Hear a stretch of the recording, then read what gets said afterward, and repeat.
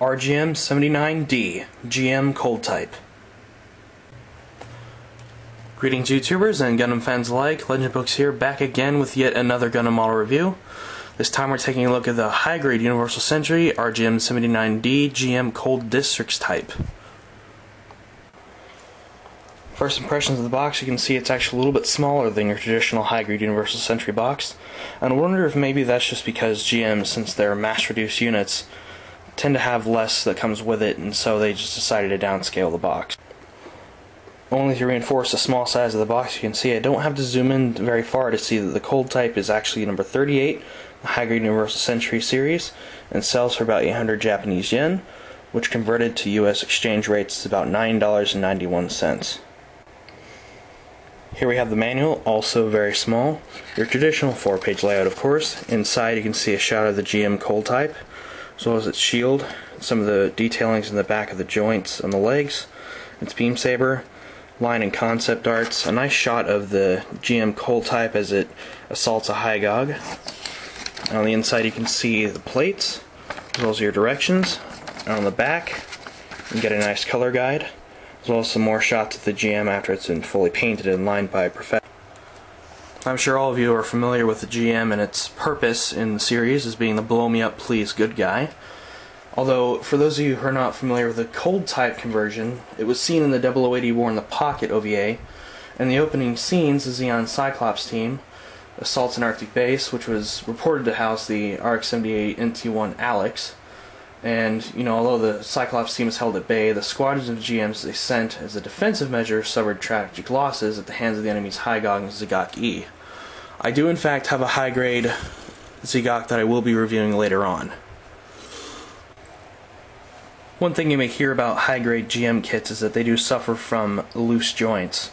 Specifically the GM cold type, I've heard nothing but gripes about loose joints in the legs and the arms, as well as any kits that share the same mold, such as the GM Command, both Earth and Space type, but mine, however, doesn't seem to suffer from that problem. The left arm is actually kind of stiff, you have to really hold it to get it to move. But for articulation in general, the arms are able to move 360 degrees around. They are on a peg instead of the swivel joint that the GPO-1 has. And this being later on in the high-grade Universal Century series, I'm really surprised that they didn't continue the joint that they had. But the elbows are a bit more unique than the GPO-1 in that they're actually rounded, and they're two halves put together instead of a sleeve over a polycap. They're able to rotate 90 degrees, maybe a little bit more, I'm not quite sure, but they're stuck at that position. The hands are able to rotate and wiggle as you would expect from a ball joint. The waist is a little, well, it doesn't go 360 degrees anyway. The legs are able to go forward about this far. The front skirts are molded together so they don't move separately, and I suppose you could separate them if you want to, but they don't have any ball joints to which they would stay secure. But so the legs can move back this far until they hit the back skirt, which is also stationary and is completely flat. The knees are able to bend 2 points, maybe a little bit more than 90 degrees. I wouldn't say too far, but they are double jointed, but they do suffer from a little bit of limited articulation. The ankle armor here is able to go up and down, and the foot is able to go down that far and forward this far, and they can rotate side to side. They are on a ball joint on the back of the heel here instead of being a standard ball and socket in the shin, which is an interesting design. I don't know why they decided to go with this, but it's kind of got a bit of a flip-flop action, not like the GM Powered though. Something I'd like to note about the head is that the GM comes with a really nice clear green visor piece, and it is also molded with the forehead camera inside. And I find the head's a little bit loose. If anything is loose on my kit, it's the head. It is able to rotate, but you've got to kind of move it a little bit, and it sort of popped off. And the thing I found is that the way this is put together, it tends to want to cut up the polycap neck joint, so you do have to be really careful when you put this together. Something else I want to say is that this is not the way it's going to look out of box. I did color it quite a bit. I put gold on the chest vents and red on the forehead, as well as the face vents that you saw, the Vulcans, and these two parts right here do not exist in the kit, nor do the stickers here. does come with two yellow triangles that you see on the top of the cockpit. They're supposed to go above the shoulder. If you've been watching my videos recently, you know that I am a gentleman who loves to mod. One of them being, I found two small rubber rings here. I don't know where they came from, but I figured it maybe I could give my GM a bit more, girth, a little bit more bulk, and I decided to put them on the wrist. Because when you put the hands into the arm here, they kind of stick out a little bit. You see where the rings are? That's where the peg on the hand would be, and it just seems to be really loose, so I figured I'd put them in there just to give it a bit more, kind of just give it more meat on the bones, I suppose. And here you can see a small hook, and these shoulder parts right here. These also come from the Master Grade Shin Matsunaga kit that I mentioned. This ball here also came from the same kit. It came from the arm, and you can see that there's a bit of marring on the plastic. This GM has seen better days. This is actually the first high-grade Universal Century kit I ever got, and it was the one kit that I modded the most. I actually even scribed my own panel lines here on the legs. I don't know if you can see them very well. And then painted over the top part with a silver Sharpie, and then went over the red Sharpie, and it gave it this kind of metallic red look. I did those for the elbows as well, and I think it turned out pretty well. I guess that's we can owe to Sharpie magic. The same thing goes for the inside of the verniers here. We're done in silver, and then gone over with yellow Sharpie, and it kind of adds just kind of a, I guess, an aged gold sort of look. And it was done for the head Vulcans here as well, and as well as the crest on the top of the helmet, and as well as the band on the arm here. When it comes to accessories, the GM's definitely not left in the cold, so to speak, no pun intended. It does come with a 90mm machine gun with a removable clip, which can be used as a handle if you would like when it's deciding to aim at its enemy. It comes with a beam saber on the back, which when you pull it out is flat. There's not even a hole for a beam saber blade that you might get from a different kit.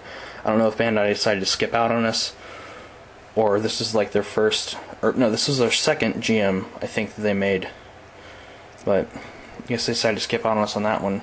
It comes with a open hand, which can be used for just kind of like a reaching out pose, or to cradle the machine gun if you choose. It comes with a, instead of a white beam saber toothpick that you might expect, it comes with a molded white hand and molded beam saber. Very, very exciting. You need a lot of painting for this.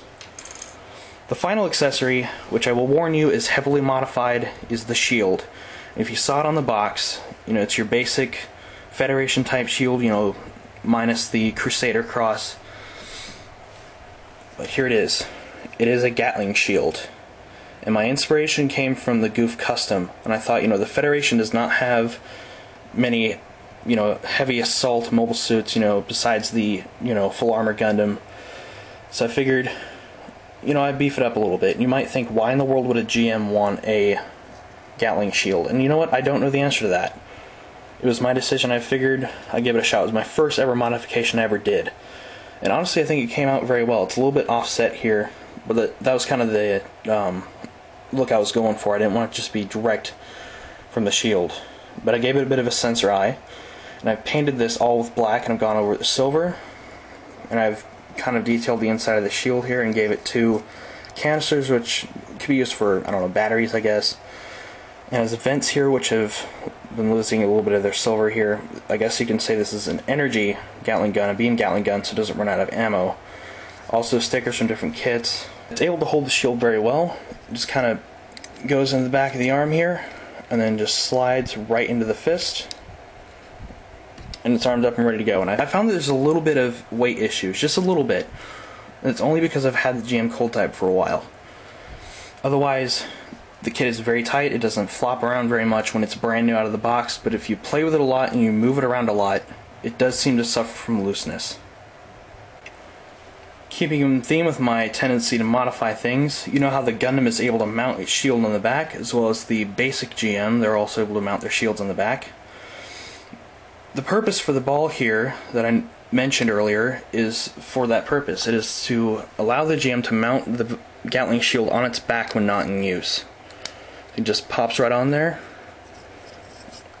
and it's able to go to town using its machine gun or its beam saber, the Gatling shield on the back, ready for use if needed. When it comes to arming up the GM cold type, all you've got to do is pop off the back of the hands. Unfortunately, I already glued them together. These hands are actually a lot larger than the GP01's hands or any other hands that I've seen, and so the weapons may feel a little bit loose at times, but they're a lot easier to get into the hands without having to pop them off. But what you do is slide the handle of the machine gun into the hand, rotate it clockwise, and it holds it very well. It's a little bit loose maybe. So what I found you can do is rotate the hand a little bit, and then rotate the arm and just kind of have it tucked away, and it holds it solidly. There's no wobbling or anything, and it's ready to go. So everyone, that's my review for the GM cold type. It's definitely a fun little kit to build, especially for $9. It's definitely one you want to pick up. It may not be a staple for a collection that you may have, but I would recommend having it just for fun. It's easy to modify, easy to play with, easy to put together, and it's very cheap. But that's not to say it's cheap in terms of quality, just price. So again, you know the drill. If you liked this video, give it a thumbs up. If you didn't, give it a thumbs down. I love the feedback. If you haven't already subscribed, tell me what you think. If you want to comment, go on ahead. This is Legend Book signing off.